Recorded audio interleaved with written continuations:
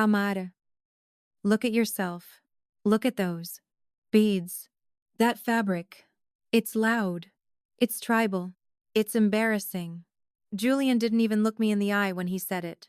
He stood there in his custom-tailored charcoal suit, adjusting his cufflinks with a precision that bordered on clinical. Outside that door, 300 of New York's most influential elite were waiting to see the union of the Sterling legacy and, well, me, the mystery girl from Lagos, Julian. This is my grandmother's hand-woven Aso oak, I said, my voice as steady as a heartbeat. It's a tradition. You said you wanted an authentic wedding.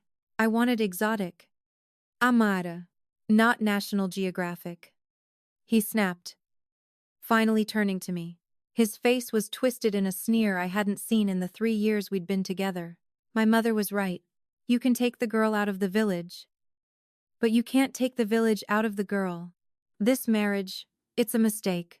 It'll tank our stock price before the first dance. The wedding is off. Get your things and leave through the service entrance. I've already told the press you had a mental breakdown. He turned to walk out, leaving me in a $50 000 suite that I had secretly paid for. I didn't cry. I didn't scream. I simply reached into the folds of my embarrassing dress, pulled out an encrypted satellite phone, and sent a 2-word text. Execute phase 1. Pause. The music fades out. Hello. Rhythmic bass beat begins the power theme. Before I tell you how I watched the Sterling Empire crumble into the New York harbor, and how I eventually watched Julian sob on his knees in my office 40 floors above the city, I want to ask you something. Have you ever been looked down upon by someone who was actually standing on your shoulders? Comment below with, I am the boss. If you've ever had a glow-up that silenced your haters. And while you're at it, hit that subscribe button and ring the bell. You don't want to miss the moment Julian realizes who actually owns the air he breathes. Let's go back to where the rot started. 6 months ago, Julian Sterling was the Prince of Wall Street, or so the tabloids said. He carried himself with the unearned confidence of a man who inherited a throne he didn't know was made of cardboard. To him, I was his African queen, a trophy he could use to prove how diverse and worldly he was. He thought I was a scholarship student, a girl who got lucky. When he picked me up at a gallery opening, he didn't know that I owned the gallery. He didn't know that my simple lifestyle was a choice, a way to find someone who loved me for my soul, not my balance sheet. We were at his mother's estate in the Hamptons. The air smelled of salt and expensive gin. Mrs. Sterling Evelyn was a woman whose skin was pulled so tight she looked perpetually surprised by her own cruelty. Amada, dear, she whispered, leaning in so the other socialites could hear. That necklace, is it plastic? It's so colorful, very festive, like something a child would wear at a carnival. It was raw, uncut rubies from a private mine in Mozambique, worth more than the house we were standing in. It's a gift from my father. Evayin, I replied. Taking a slow sip of my water, I noticed her hand trembling slightly as she held her glass. A nervous twitch, or maybe the stress of the hidden debt collectors I had already started tracking. How sweet, she sneered. Julian, darling, we really must get her a stylist, if she's going to be a Sterling. She can't look like she's about to start a rain dance. Julian laughed. That hollow, sycophantic laugh. Don't worry, Mother. Once we're married, we'll fix her. We'll turn her into a proper New Yorker. I watched them. I watched the way they treated the servers, men and women who worked harder in an hour than Julian had in a decade. I saw the way they looked at my heritage as a defect to be cured. I realized then that the Sterlings didn't need a wife. They needed a victim. But as I looked at the shimmering horizon, I knew a secret they didn't. The Sterling Group was bleeding. They were over-leveraged, riding on the fumes of a reputation that was 50 years out of date, and the only thing keeping them afloat was a massive, Anonymous investment from a firm called Astreus Holdings. Me firm. I wasn't just joining their family. I was their landlord. I was their creditor. And very soon, I would be their executioner. 3 months before the wedding. The Sterlings decided I needed refining. To them, my African heritage wasn't a source of pride. It was a PR disaster waiting to happen. They invited me to a private dinner at the Metropolitan Club. A place where the wood is mahogany and the members are mostly dinosaurs in tuxedos. Amara. Dear. Evelyn Sterling began, her eyes scanning me like a microscope looking for a parasite. I was wearing a simple, tailored silk jumpsuit in a deep ochre. To any fashion expert, the fabric hand-spun silk from a boutique atelier in Ghana was worth more than her mass-produced designer gown. But to Evelyn, if it didn't have a visible logo, it was trash. We've booked a suite at the Waldorf for your transformation, she said. Not asking, but decreeing. We've hired a specialist to help with your skin tone and your hair. We want a more neutral palette for the wedding. We can't have you looking so vibrant. It's jarring for the photos.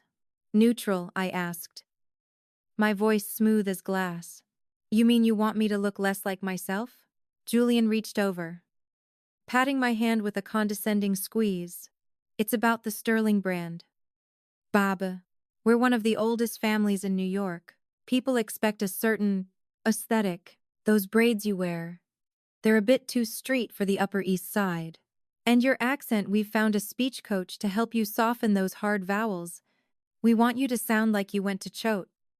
Not wherever it was you grew up. I grew up in a palace in Abuja and was educated at Oxford. But I let him believe his little fantasy. I watched him take a large gulp of the Cabernet Sauvignon. He swirled it in his glass, trying to look like a connoisseur. 2015. Julian remarked, nodding to his mother. Excellent choice. Mother, only the best for us. I looked at the bottle. I knew the vineyard. In fact, I'd considered buying it last year before my analyst told me the soil was depleted and they'd started using artificial additives to mimic the tannins. It was a $40 bottle of vinegar, masquerading as a $500 vintage. Much like the Sterlings themselves. Actually, Julian, I said softly. The 2015 from this region suffered from a late frost. The grapes were oversugared. If you look at the legs on the glass, they're inconsistent. It's quite a mediocre year. The table went silent. Evelyn's face turned a shade of purple that matched her cheap wine. How would you know anything about fine wine? Amara Shehi said. I doubt they even have refrigeration where you come from. Let alone a cellar. Mother. Please. Julian chuckled. Though his eyes were cold, she probably read that in a magazine at the airport. Let's get back to the guest list. We've cut your family's invitation down to 5 people. We can't have the whole village flying in. It would look like a carnival. And frankly, the security risk with so many unverified individuals is too high. Unverified, I felt the fire in my chest. But I kept my face an icy mask. You mean my brothers, my cousins? They are doctors, engineers, and investors. They are people we don't know. Julian snapped. And frankly, their style doesn't fit the Gilded Age theme. My mother has already picked out the dresses for your bridesmaids. High neck, pale cream, lace, no tribal patterns, no bold jewelry. We want class. Amada, not a costume party. He leaned in, his breath smelling of fake wine and entitlement. You should be grateful. Amada, a girl like you, from a background like yours, you're winning the lottery by marrying me. Don't ruin it by being difficult about your culture. In this city, culture is something you buy, not something you bring from a hut. I looked at my plate, focusing on the way the silver fork felt in my hand. I could have ended it there. I could have told them that the building they lived in was managed by a subsidiary of my holding company, I could have told them that Julian's exclusive country club membership was currently under review because of his mounting gambling debts, debts I had already bought from the bookies. But a quick kill is too merciful. I wanted them to spend every cent they had on this wedding. I wanted them to brag to every billionaire in the city. I wanted them to climb to the very top of their imaginary mountain, so that when I finally pushed them, the fall would be long, si long, and absolute. I understand, Julienne, I said, looking up with a fake, submissive smile. Whatever makes the Sterling family look best. Evange smirked, satisfied. Good girl. Now, about that prenuptial agreement. Since you're bringing, well, nothing to the marriage, we've drafted something that ensures you won't leave with anything either. I glanced at the 50-page document she slid across the table. I didn't need to read it. My team had already hacked their lawyer's server weeks ago. I knew they were planning to use the marriage to funnel my imaginary wealth once they realized I had some into their failing accounts. I'll sign it, I said, as I walked out of the club that night. Julian stayed behind to network with some old money heirs. I stepped into the back of a blacked-out SUV that was waiting around the corner. My assistant, Marcus, was in the front seat with a laptop open. The Sterling Group just missed their third-quarter interest payment. Mum, they're trying to hide it with a bridge loan from a Cayman firm. Who owns that firm? Marcus, I asked, looking out at the NYC skyline. We do. Mom. Through the Zurich shell, I leaned back, the silk of my embarrassing jumpsuit cool against my skin. Double the interest rate.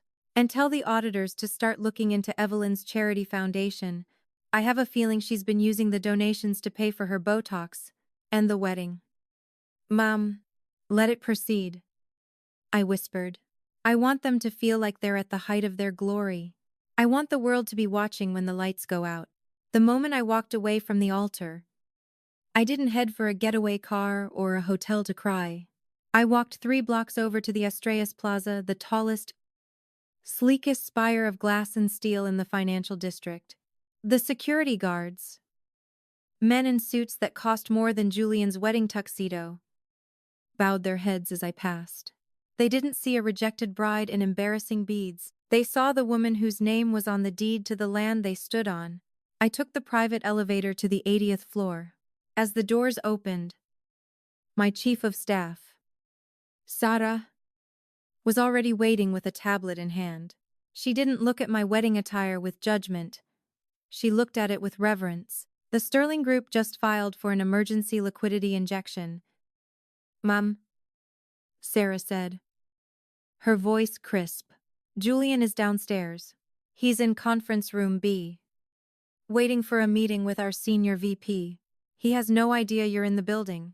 I walked into my office, the floor-to-ceiling windows offering a panoramic view of the empire I had built while the Sterlings were busy polishing their silver. I took off the heavy traditional necklace, not because it was embarrassing, but because it was time to put on my armor. I swapped the Aso oak for a structured charcoal power suit. He thinks he just dodged a bullet by dumping me, I said, looking at my reflection. He thinks he's here to save his family's legacy. Let's show him what a real legacy looks like. Sarah, I want a full forensic audit of every charity Evelyn Sterling has touched in the last 10 years. Already on it. Mom? Sarah replied. We found something interesting. The Sterling Foundation for the Arts, it's a ghost. Most of the donations are being routed through a series of offshore accounts in the Cayman Islands to pay off Julian's gambling debts at underground casinos in Macau. I sat at my desk, the leather creaking under my weight. So, the Prince of Wall Street is a gambling addict, and the Queen of Society is a money launderer. And they had the nerve to call my heritage embarrassing. I pulled up the security feed for conference room B. There he was, Julian Sterling. He looked frazzled. He was chewing on his lip, his expensive suit rumpled. He was looking at his watch every 10 seconds. He looked small. He's desperate, I whispered. Mum. Julian is requesting a personal meeting with the anonymous principal of Astreus, Sarah noted. He says it's a matter of national financial security. He's trying to use his family name to skip the line. Let him wait. I commanded. Let him sit in that room for 4 hours. Give him nothing but tap water. I want him to feel the weight of the silence. While he waits, I want you to trigger the default clause on their mezzanine loan. In the world of high finance, a mezzanine loan is like a golden noose.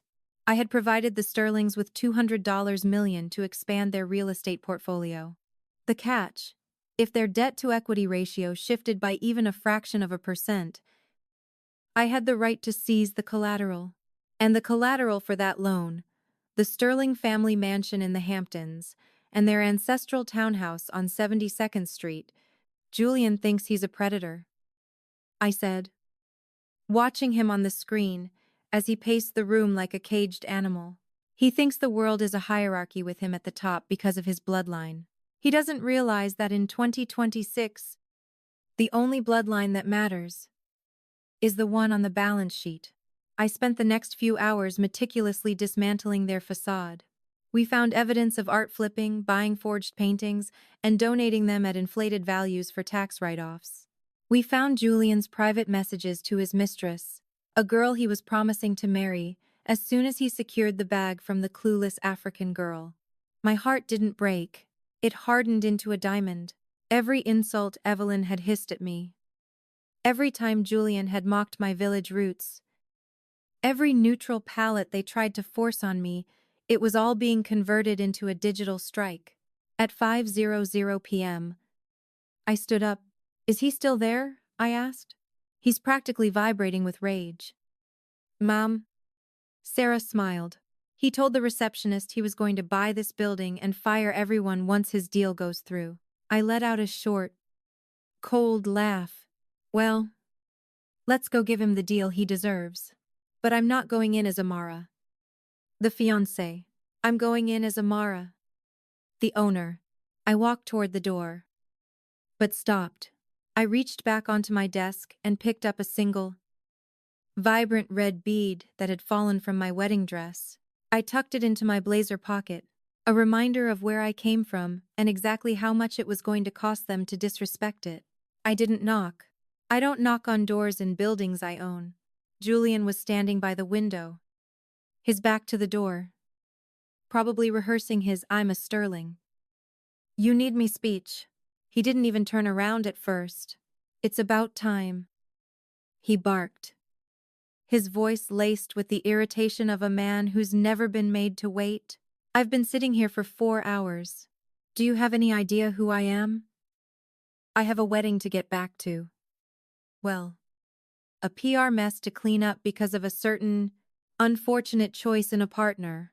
The wedding is already over, Julian. And so is the Sterling legacy. He froze. He knew that voice, but it didn't sound like the compliant, quiet Amara he thought he knew. This voice was deeper, colder. It sounded like the strike of a gavel. He turned slowly, his eyes bulging as he saw me standing there in my charcoal power suit. My hair no longer in the modest style he insisted on, but flowing and regal. Amara, he let out a nervous, jagged laugh. What the hell are you doing here? Did you follow me, God? You're more pathetic than I thought. Look, I know you're hurt about the wedding, but this is a business meeting. This is Astreus Holdings. You don't belong here. Get out before I have security drag you back to the airport. I walked over to the head of the mahogany table and sat down in the high-backed leather chair. I didn't look at him. I looked at the file Sarah had placed in front of me. Sit down, Julienne, I said, my voice barely above a whisper. You're making the furniture nervous. Amada. I'm not joking, I said. Sit. The sheer authority in my tone dropped him into the chair opposite me like a puppet with cut strings. For the first time, I saw a flicker of genuine fear in his eyes. He looked at the plaque on the desk. It didn't have a name. It just said, Principal. You're here for a $300 million emergency injection. I began. Flipping through the pages. You told my VPs that the Sterling Group is expanding. But let's look at the real numbers. Shall we? You have 3 UCC filings against your Midtown properties. Your debt-to-equity ratio is currently 1:2 to 1. In the real world. Julian. That's not expansion. That's a death spiral. Julian's face went pale. How? How did you get those files? Those are private. Private, Julian. I bought your debt 3 months ago, I said, leaning forward. While you were busy complaining that my African heritage was embarrassing and too loud, I was quietly purchasing the paper on your family's life. Every meal you've eaten this month. Every flight your mother took to Paris to buy those old money dresses, it was all paid for by my credit line. You aren't old money? Julian, you're a charity case in a custom suit. I tossed a photo onto the table. It was a picture of Julian at a high-stakes underground poker game in Soho. Looking panicked. $6 million in gambling debt to the Volkov syndicate. I noted. And you tried to cover it by embezzling from the Sterling Foundation for the Arts. Your mother is going to look very neutral in a prison jumpsuit. Julian, orange is a very grounding color. Don't you think? He started to sweat. Real. Greasy sweat that matted his hair. Amara. Please. I didn't mean what I said at the church. I was stressed. The pressure of the family. The pressure of the fraud. I corrected him. You wanted to marry me because you thought my simple background meant I was a fool with a bit of cash you could use to plug your holes. You thought you were the predator, and I was the prey because I chose to be humble. Because I chose to honor my ancestors, instead of flaunting my wealth in a tacky Manhattan ballroom. Pause. I leaned back and looked directly into the camera listener's eyes. Are you enjoying this as much as I am? There is nothing quite like the sound of a glass ego shattering. If you want to see the exact moment I take away his car, his house, and his dignity, keep listening. And if you're a fan of seeing old money frauds get what they deserve, drop A in the comments. Julian, I said, my voice turning into ice. You called my heritage embarrassing. You called my family villagers. But here's the irony. In my culture, we value legacy and truth. In yours, you value shadows and lies. And unfortunately for you, shadows disappear when you turn on the lights. I pressed a button on the intercom. Sarah, send the notice of default to the Sterling Group's board of directors and call the New York Times. I think they'd love a story about the Prince of Wall Street being a bankrupt embezzler. Julian lunged across the table, his hands shaking. You can't do this. If you do this, we're ruined. My mother, she'll have a heart attack. Amara. We were going to be a power couple. No. Julian. I said, standing up and smoothing my jacket. I was going to be the power. You were just going to be the accessory. But you're out of style. And I always fire the staff who stop performing. I walked toward the door, leaving him gasping for air in the vacuum I had created. Wait, he yelled. Who are you? Really? I paused at the door, the red bead from my dress still warm in my pocket. I'm the girl from the village. Julian. And I just bought your village. They say New York is the city that never sleeps.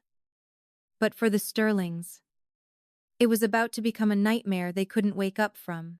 I sat in my penthouse the following morning, sipping a cup of hand-harvested Kenyan coffee. No sugar. No cream. Just the bitter, honest taste of the earth.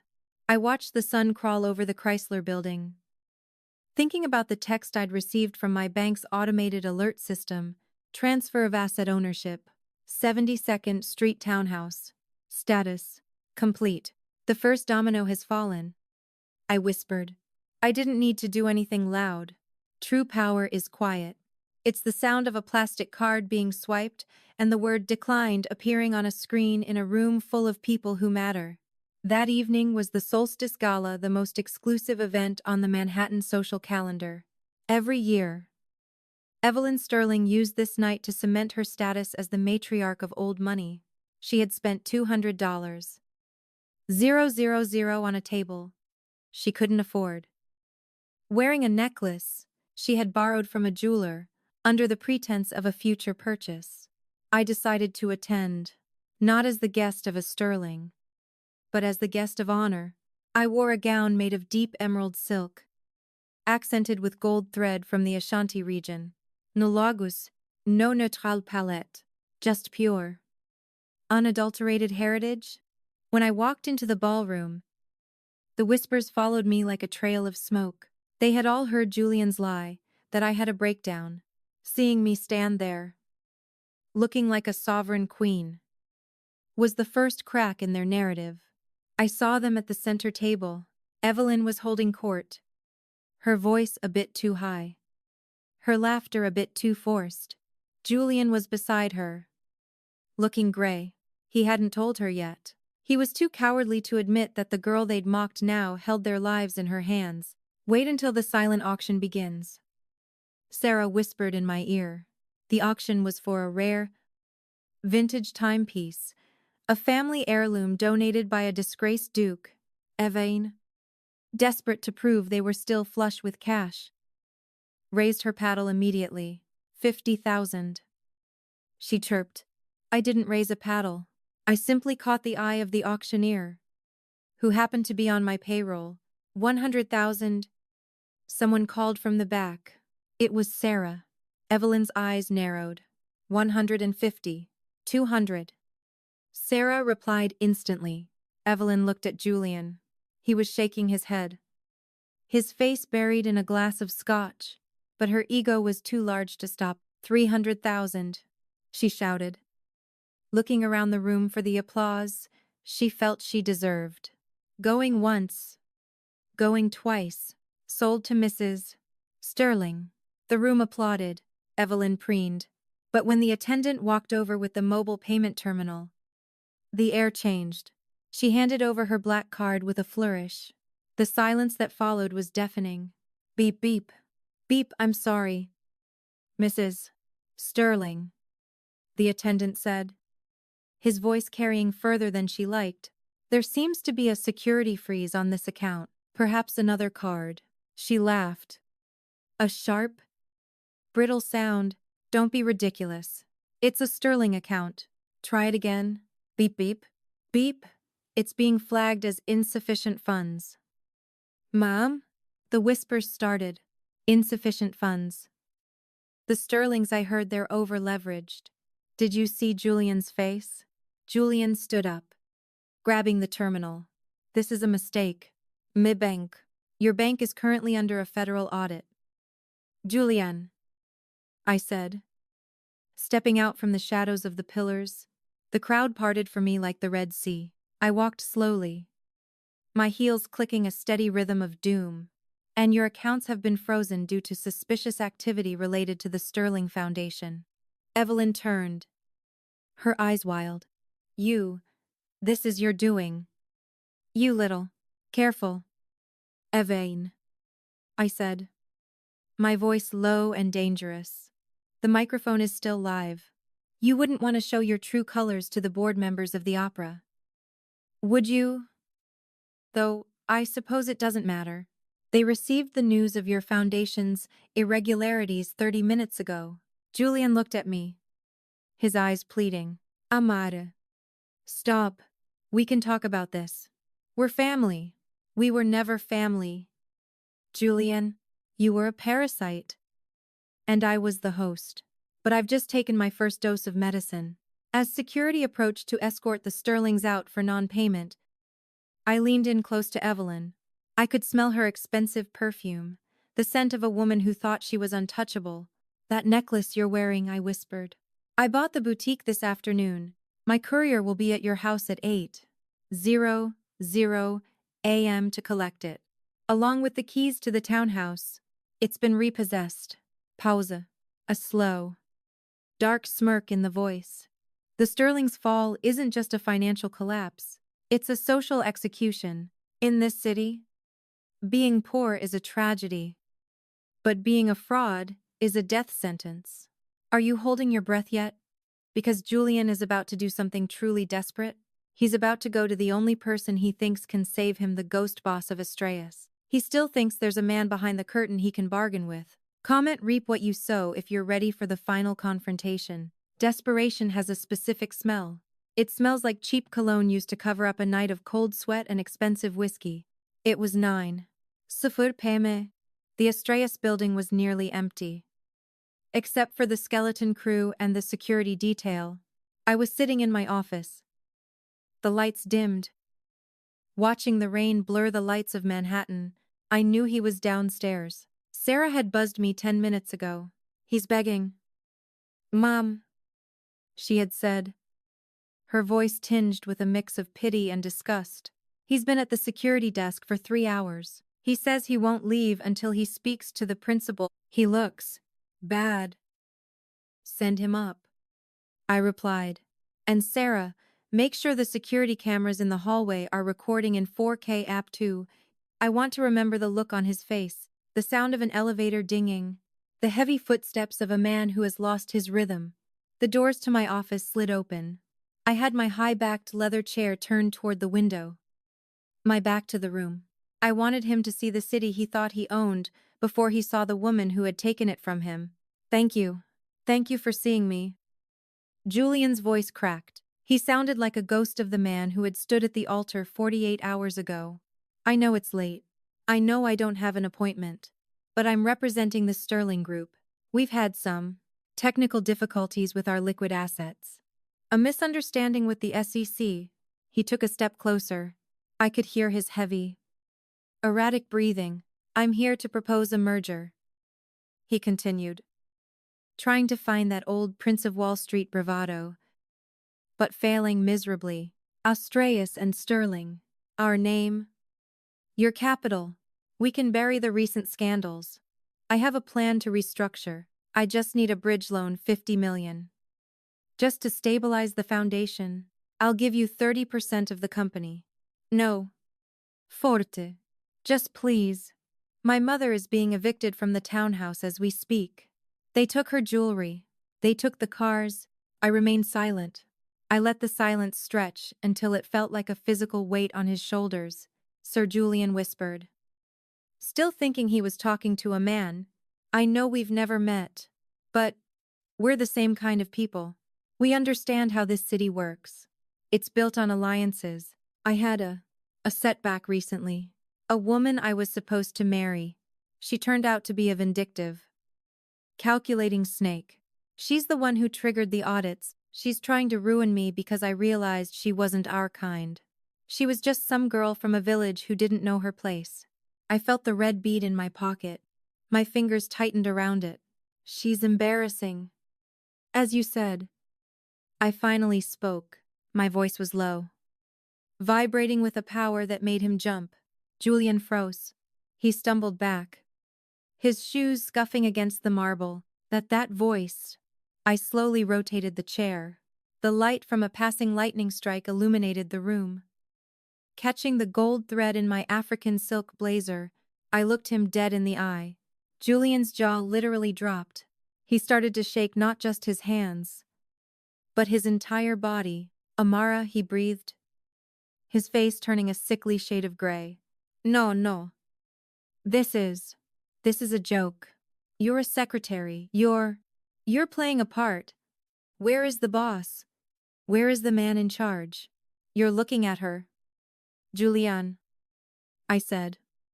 Standing up, I walked around the desk, closing the distance between us. He backed away until his shoulders hit the glass window, the very window that looked out over the empire I had dismantled. There is no man in charge. There is only the girl from the village. The girl whose heritage was embarrassing. The girl you thought was a scholarship case. You own Estrellas, he gasped. I am Estrellas. I corrected him. And you didn't come here for a merger? Julian, you came here to scavenge. You came here to beg for the very lifeblood I am currently draining from your veins. He fell to his knees. Literally. The Prince of Wall Street collapsed onto the plush carpet, his hands coming together in a prayer-like gesture. Amada, please, he sobbed. The sound was pathetic, a wet, gasping noise that held no dignity. I'm sorry. I'll do anything. I'll go on TV. I'll tell everyone I was wrong. I'll wear the beads. I'll go to Nigeria with you. Just don't take the company.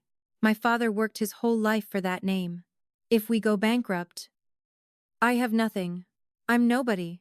You were always nobody. Julien, I said, looking down at him. You just had a loud microphone and a shiny suit, but the microphone is muted. And the suit? It's been repossessed. Pause. The sound of rain intensifies. We are at the finish line. Everyone, have you ever seen someone realize they've lost everything in a single second? It's a quiet kind of explosion. Julien is on the floor of my skyscraper, sobbing into the carpet. But I'm not done. Firing someone from a job is one thing. Firing them from their entire existence, that's an art form. Comment finish him if you're ready for the final blow. Part 7 is where the Sterling name officially becomes a footnote in history. His tears didn't move me. To me, they felt like fake rain on a movie set, manufactured and too late to save the production. I looked down at Julien, the man who had stood at the altar and called my heritage embarrassing. Now, clutching at the hem of my trousers, like a drowning man grabbing at seaweed. Get up. Julien, I said, my voice as cold as the marble beneath him. The floor is imported from Italy. Your desperation is staining it. He looked up, his eyes bloodshot, snot running down his nose. Amada, please, I'll do anything. We can restart. I'll apologize to your family. I'll tell the world I'm the one who wasn't good enough. Just don't let the FBI in. If they see those foundation records, I'm gone for 20 years. I leaned over my desk and picked up a thick, manila envelope. I dropped it on his back. He flinched as if the paper were made of lead. Inside that envelope is the evidence of your bridge loan fraud and the proof that you used your mother's charity to pay off the Volkov syndicate. I said, but there's also something else. It's a termination notice. He scrambled to open it, his hands shaking so violently he tore the paper. Termination of what? The loan? Of you? I whispered. You see? Julien, Astraeus Holdings didn't just buy your debt. We bought the Sterling Group's parent company through a forced acquisition this morning. Technically, for the last 6 hours. You've been an employee of mine, a junior analyst with zero authority. I checked my watch, a plain, vintage piece that cost more than his entire life's earnings. It's Utexen, 11 p.m. As the chairperson and CEO of Astraeus, I am officially firing you, Julien, for gross misconduct, embezzlement, and, well, for being a monumental disappointment. You are barred from every building we own. You are blacklisted from every bank we fund. You are, quite literally, erased from the city. Julien let out a wail, a sound of pure, unadulterated agony. You can't. This is my life. You're taking everything. I'm not taking anything. Julien, I'm simply reclaiming what you stole from the world while pretending to be someone you weren't. I replied. I walked over to the door and opened it. 2 massive security guards stood there, their faces like stone. Please escort the former Mr. Sterling to the street, and ensure he leaves his company-issued phone and his building pass. He won't be needing them where he's going. As the guards hoisted him up by his armpits, Julien turned back one last time. Why go this far? You could have just left me. I reached into my pocket and pulled out that single, vibrant red bead. I held it up between my thumb and forefinger, letting it catch the light of the lightning outside. You called my culture a costume party. You called my ancestors villagers. But these villagers built empires while yours were still stealing land. This embarrassing heritage, it gave me the discipline to build this skyscraper while you were busy losing your soul at a poker table. I tossed the bead at him. It hit his chest and bounced onto the floor. Keep it. It's the only thing of value you'll have left when the sun comes up. The guards dragged him out. I heard him shouting my name, begging for mercy. until the elevator doors hissed shut and the 80th floor returned to its beautiful, regal silence. Sound of a deep, satisfying exhale. The music shifts to a triumphant, soulful Afrobeat rhythm. Low but powerful. I walked back to the window. The rain was stopping. The clouds were breaking, revealing the moon over the Atlantic. Somewhere out there, across that ocean, my family was sleeping in a home filled with history, laughter, and truth. I picked up my phone and called my father. "Papa," I said, a genuine smile finally touching my lips. "The Sterling matter is resolved. I'm coming home for the weekend. And tell Mama to get my favorite dress ready. The loud one with the gold thread. I feel like celebrating." Pause. I turn my voice back to you, the listener. And that, my friends, is how you handle a man who mistakes your silence for weakness and your heritage for a hurdle. Julian Sterling thought he was the king of the world. But he forgot one thing. You should never look down on someone unless you're helping them up, because you never know who actually owns the ladder. What would you have done? Or would you have ended him sooner? Let me know in the comments. I read every single one of them. If you enjoyed this journey of revenge and royalty, don't forget to like this video, subscribe to the channel, and share this with someone who needs to remember their worth. Until next time, keep your head high and your empire hidden. This is Cozy Untold Stories. Signing off. Stay powerful. Goodbye. Music swells and then fades to black.